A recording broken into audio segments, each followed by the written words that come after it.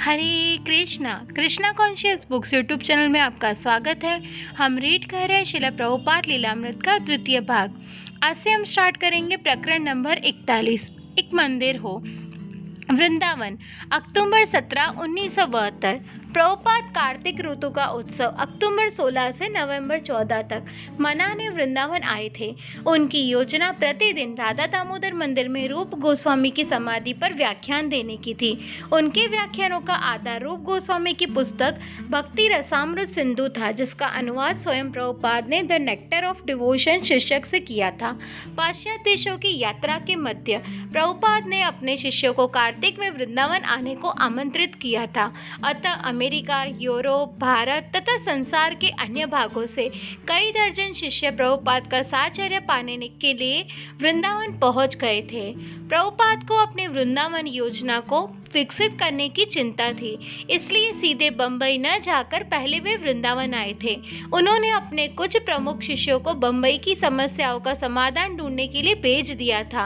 अब एक सेनापति की तरह जो दूसरे मोर्चे पर व्यस्त हो, उन्हें अपने बंबई मोर्चे के सहायकों से समाचार की प्रतीक्षा थी। वे राधा दामोदर मंदिर के अपने 2 कमरों वाले आवास में टिक गए, जबकि उनके शिष्य यमुना के निकट भरतपुर के भूतपूर्व महाराज के एक पुराने भवन में ठहरे। यद्यपि प्रभुपाद अपने शिष्यों का परिचय वृंदावन से करा रहे थे, किंतु साथ ही वे वृंदावन के निवासियों का परिचय अपने शिष्यों से भी करा रहे थे। उनके दल को लोगों ने के कुछ वैसे ही मनोभाव का सामना करना पड़ रहा था जैसे भक्ति सिद्धांत सरस्वती और उनके तीर्थयात्रियों के दल को 1932 ईस्वी में झेलने पड़े थे। लोग निम्न जातियों में जन्मे व्यक्तियों को वैष्णव के रूप में स्वीकार करने को तैयार नहीं थे, किंतु प्रभुपाद को विश्वास था कि यदि उनके शिष्य वृंदावन में कृष्ण और बलराम का एक आश्चर्यजनक मंदिर बना लेते हैं तो वृंदावन वासियों के दिलों में परिवर्तन हो जाएगा और वे उन्हें स्वीकार कर लेंगे। प्रभुपाद अपने शिष्यों के रूखेपन और सुस्ती को सहन करते रहे और जब वृंदावन के लोग उनसे मिलने आते तो प्रभुपाद विनम्र भाव से उनसे प्रार्थना करते कि उनके शिष्यों की कमियों की अनदेखी की जाए और उन्हें कृष्ण के सच्चे भक्तों के रूप में स्वीकार किया जाए। आखिर उन्होंने अपने पापमय जीवन को पीछे छोड़ दिया है और अब वे भगवान के पवित्र नामों का कीर्तन नियमित रूप से कर रहे थे। प्रभुपाद प्रातः और सायं दोनों समय व्याख्यान देते थे। वे एक साधारण आसन पर बैठते थे जो 2 फुट ऊंचा था। एक खुला बल्ब उनके सिर पर लटकता होता था और प्रभुपाद अपने शिष्यों तथा अभिरुचि रखने वाले उन थोड़े से लोगों को संबोधित करते थे जो उनके सामने बैठे होते थे। कुछ भक्तों ने अनुमान लगाया कि चूंकि वे अब वृंदावन में थे, इसलिए प्रभुपाद संभवतः बहुत ऊंचे आध्यात्मिक प्रकरणों पर बोलेंगे, जैसे गोपियों के साथ कृष्ण की रासलीला, किंतु ऐसा नहीं था। उनका एक शिष्य द नेक्टर ऑफ डिवोशन यानी भक्ति रसामृत सिंधु से पढ़ता था और प्रभुपाद उस पर विस्तार से दार्शनिक टिप्पणी करते जाते थे कि भक्ति योग के विविध सोपानों के माध्यम से शुद्ध कृष्ण प्रेम कैसे प्राप्त किया जा सकता है।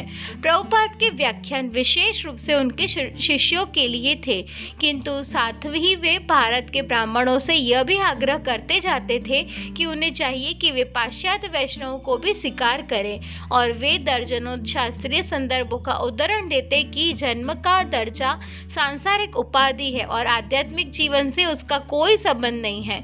इस बात पर बल देते हुए कि प्रचार कृष्ण भावनामृत का सारभूत अंग है, वे उपस्थित शिष्यों से आग्रह करते थे कि कृष्ण भावनामृत आंदोलन के प्रसार में बराबर लगे रहे। प्रभुपाद के इन व्याख्यानों से उनके शिष्य आह्लादित थे। राधा दामोदर मंदिर में अपने कमरे के सुपरिचित वातावरण में प्रभुपाद उनसे जिस आत्मीयता से बात करते थे, उससे भी शिष्य बहुत उत्साहित अनुभव करते थे।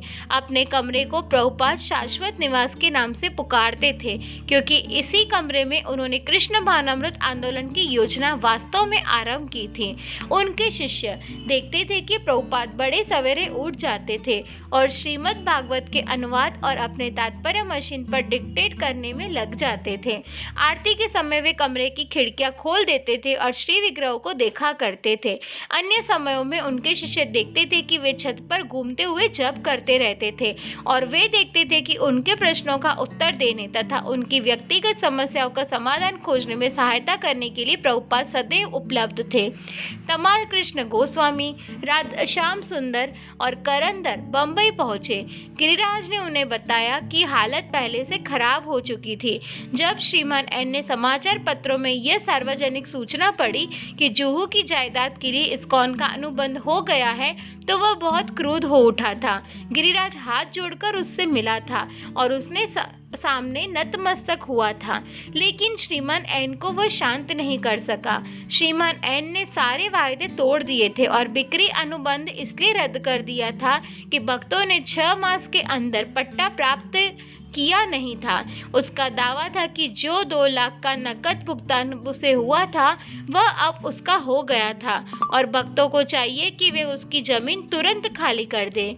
श्रीमान एन ने हरे कृष्ण लैंड को जल की आपूर्ति बंद कर दी थी। कई दिन बाद जायदाद के प्रवेश द्वार पर एक गुंडा दिखाई देने लगा था और जब भी भक्त उधर से गुजरते थे तो वह छुरा दिखाता था। श्रीमान एन ने एक मित्र के एक इश्तिहार छपाया था जिसमें हरे कृष्ण भक्तों पर निंदनीय व्यवहार करने का आरोप थोपा गया था और उस इश्तिहार को वह विलेपार्ले रेलवे स्टेशन पर बंटवा रहा था। कुछ भक्त बंबई छोड़कर चले गए थे और कुछ छोड़ने वाले थे, किंतु करीब 30 भक्त अब भी रह गए थे। करंदर ने कहा कि पहला काम तो यह है कि एक नया वकील ढूंढा जाए। वह बंबई के सर्व प्रमुख वकीलों के पास गया और उसने जायदाद तथा करारनामे के मामलों में एक विशेषज्ञ को नियुक्त किया। इसके बाद प्रमुख शिष्यों और उनके वकील ने श्रीमान एन से उसके कार्यालय में भेंट की। श्रीमान एन अपनी जिद पर अड़ा रहा और उसने सहयोग करने से इनकार किया। इस्कॉन के वकील ने जो उसे धमकाया, अदालती लड़ाई अनिवार्य लगने लगी। तमाल कृष्ण गोस्वामी, करंदर, भवानंद और श्याम सुंदर ने आपस में बातें की और जितनी अधिक वे बातें करते, जुहू योजना उतनी ही अधिक असंभव लगने लगती। श्रीमान एन की धोखेबाजी के बिना भी जुहू में रहना बहुत कठिन था।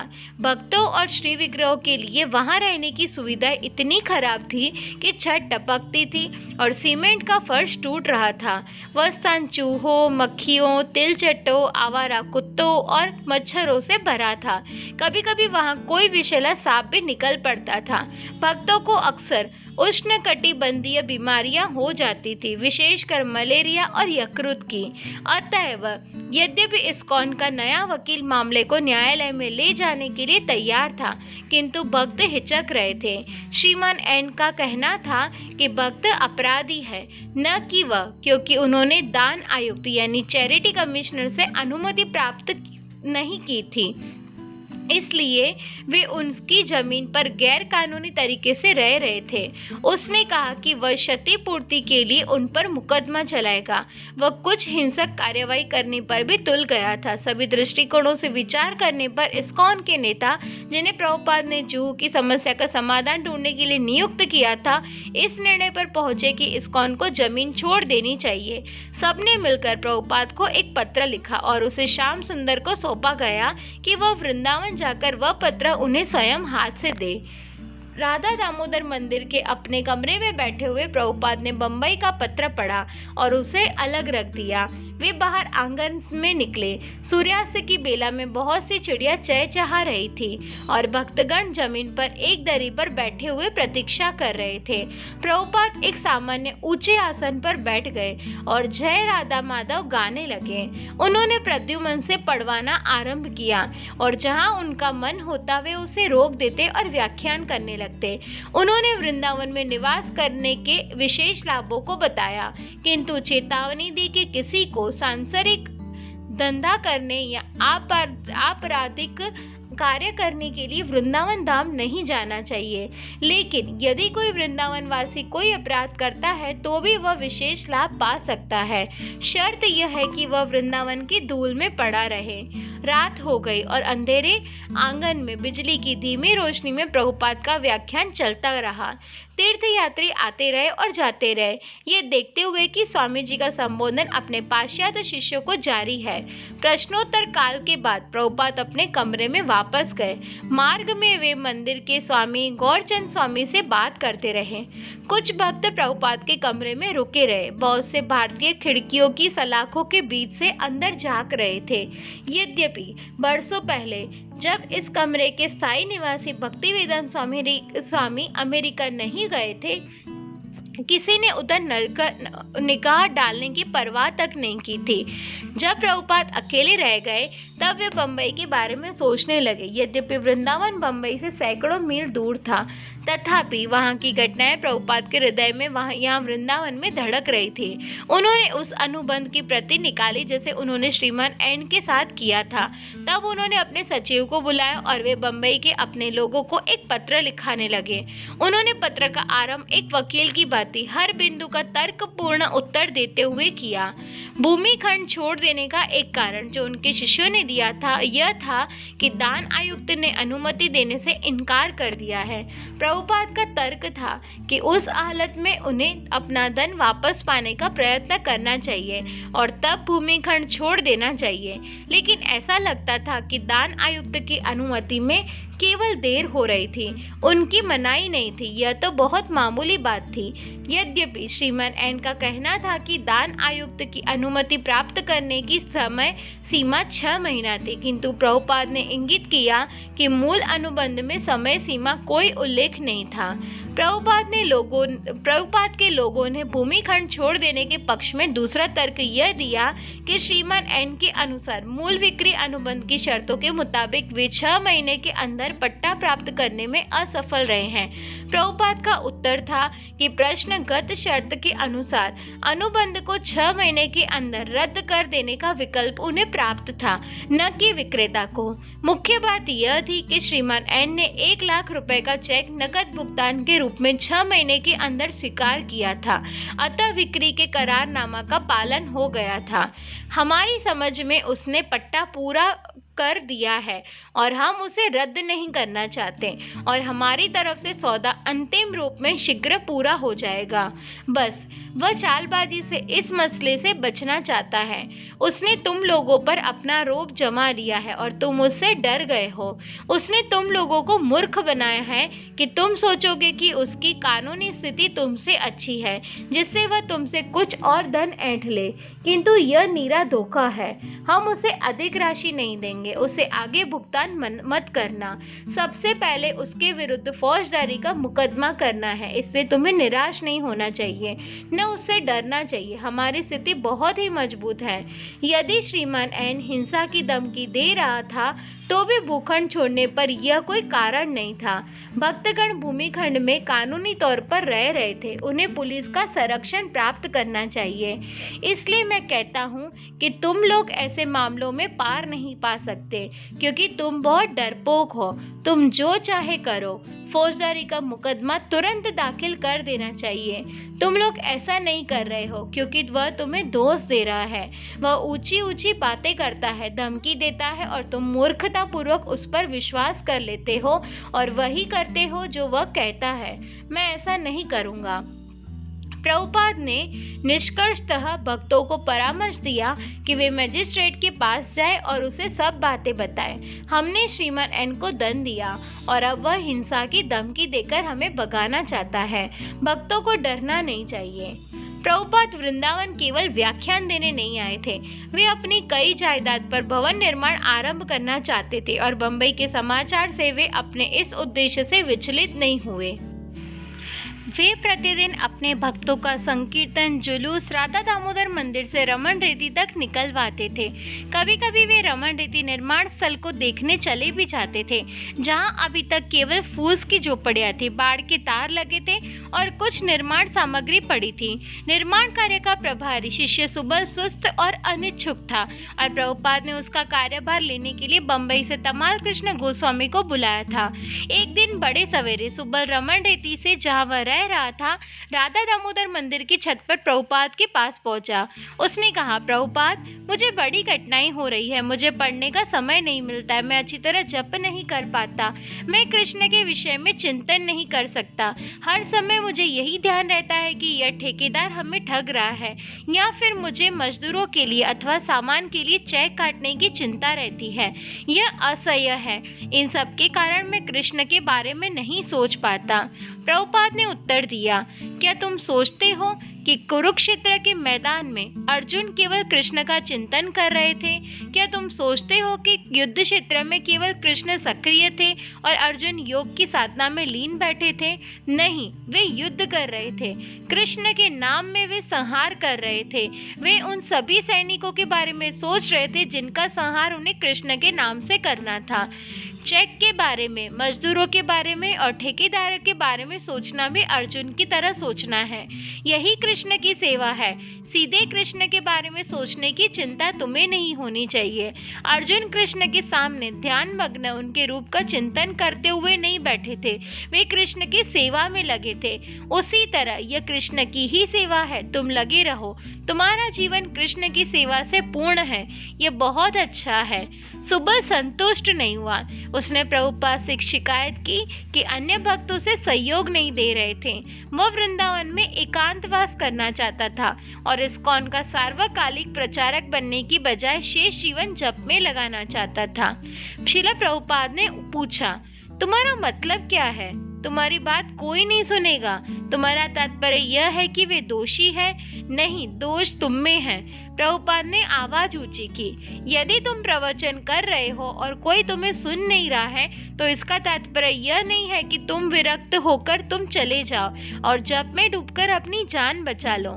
नहीं, यह हमारी परंपरा नहीं है। हमें अपने आप को योग्य बनाना है ताकि हर कोई हमारी बात सुनेगा। क्या तुम बीचम की कहानी जानते हो?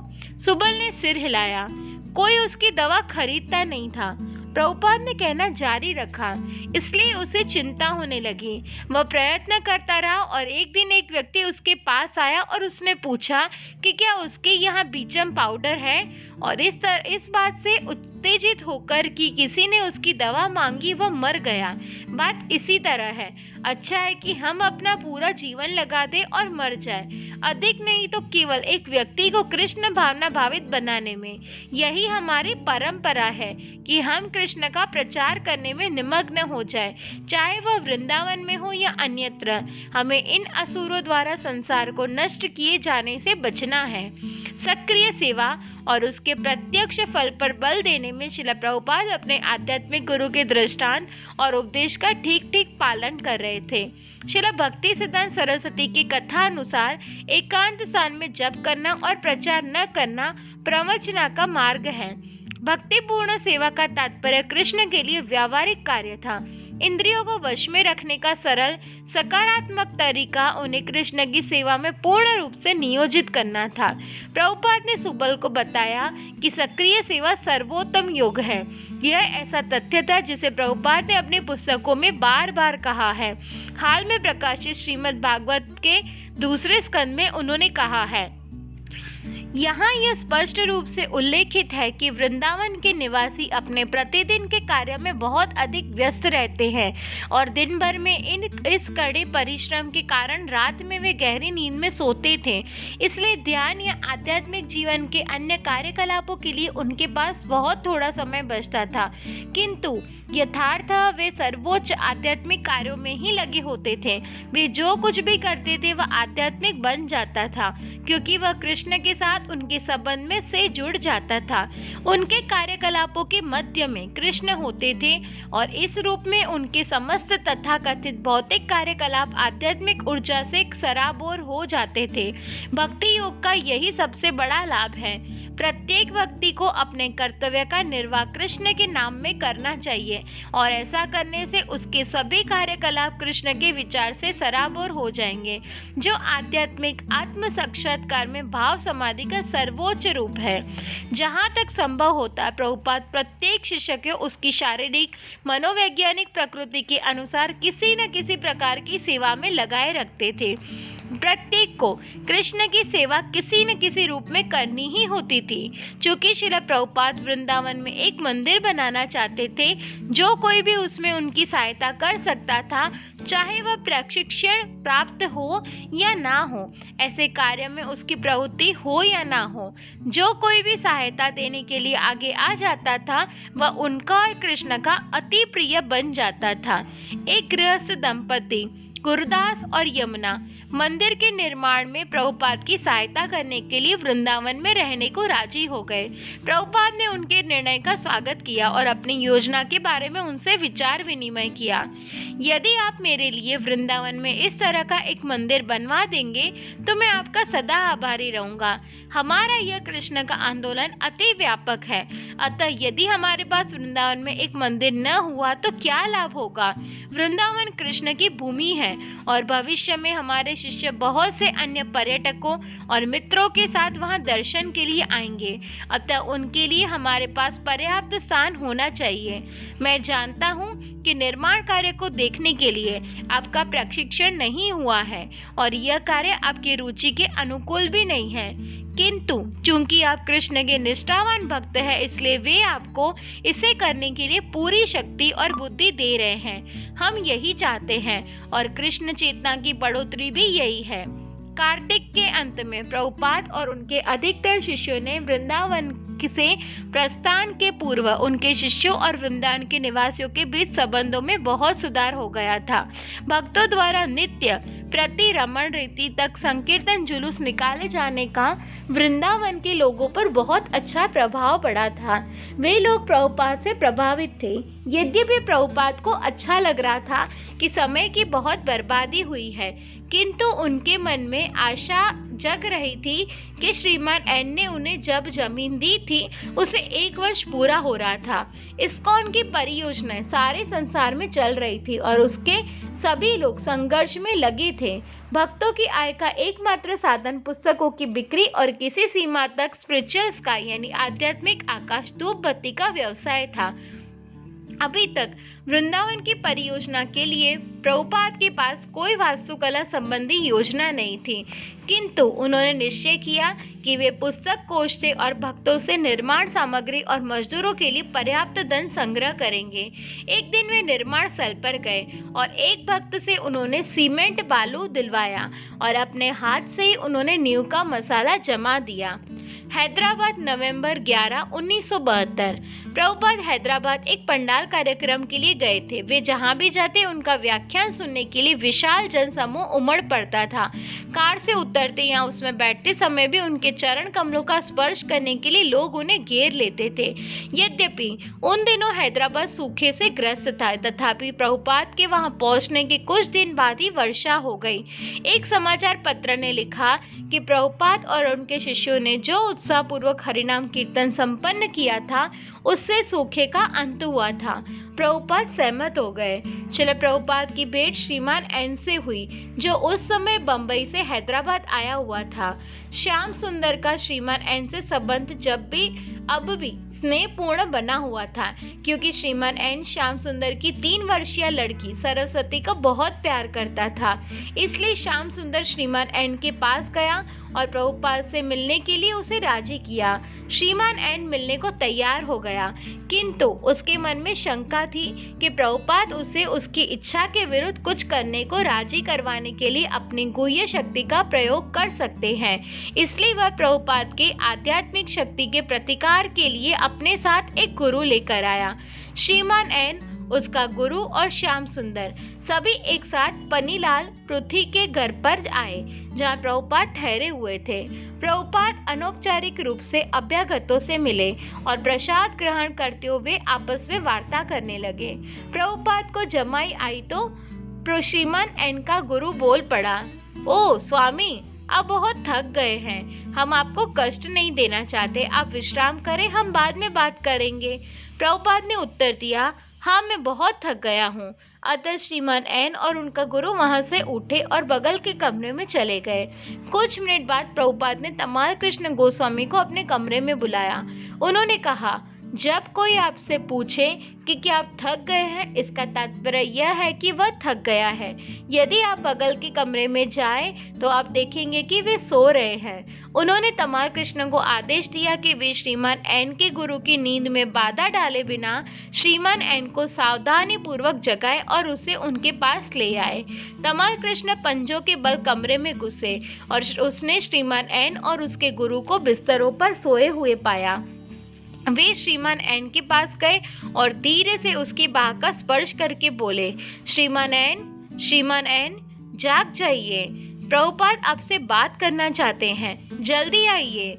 नींद से उठकर श्रीमान एन एक आज्ञाकारी की भांति प्रभुपाद के कमरे में चला गया, अपने गुरु मित्र को भूलकर।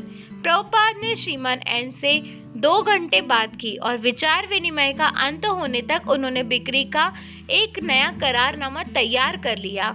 बगल के कमरे में बैठे तमाल कृष्ण और श्याम सुंदर करारनामा का प्रारूप बनाते और टाइप करते रहे। इस बीच प्रभुपाद और श्रीमान एन ने सभी कानूनी मुद्दों को अंतिम रूप दे दिया। उसके बाद श्रीमान एन ने करारनामा पर हस्ताक्षर कर दिए, जबकि श्रीमान एन के गुरु मित्र गहरी निद्रा का आनंद लेते रहे। बाद में उस दिन तमाल कृष्ण ने श्रील प्रभुपाद से कहा, इन मामलों से मुझे इतनी परेशानी है कि मैं ठीक से जप भी नहीं कर पाता था। प्रभुपाद बोले, ये स्वाभाविक है, जब मुझे कभी परेशानी होती है तब मैं भी ऐसा नहीं कर पाता। तमाल कृष्ण ने स्वीकार किया, किंतु मुझे लगता है कि फिर भी मैं आध्यात्मिक उन्नति कर रहा हूँ। प्रभुपाद ने सिर हिलाया। तमाल कृष्ण बोले, मैं सोचा करता था कि कठिन परिस्थितियों में कैसे बचा जाए, लेकिन अब मैं सोचता हूँ कि उससे भागना नहीं चाहिए। प्रभुपाद ने कहा, हाँ, हमें उनका स्वागत करना चाहिए, वे हमें और आगे बढ़ने का अवसर प्रदान करती है। उसी दिन तीसरे पैर श्याम सुंदर, तमाल कृष्ण गोस्वामी श्रीमान एन के साथ हवाई जहाज के से बंबई लौट गए। नई शर्तों के अनुसार इस्कॉन को सरकारी टैक्स के लिए 5 लाख रुपए देने थे और बदले में श्रीमान एन को बिक्री पत्र पर सही कर देना था, किंतु इसके लिए 3 सप्ताह की नई समय सीमा निर्धारित की गई थी, इसलिए भक्तों को तेजी से काम करना था। प्रभुपाद को स्वयं जल्द ही बंबई जाना होगा ताकि मामले को वे अंतिम रूप में निपटा सके। हरे कृष्णा। तो आज का चैप्टर यहीं तक। नेक्स्ट पार्ट में हम ये चैप्टर फिर से कंटिन्यू करेंगे। वांछा कल्पतरुभ्यश्च कृपा सिंधुभ्य एव च पतितानां पावनेभ्यो वैष्णवेभ्यो नमो नमः। श्रील प्रभुपाद की जय।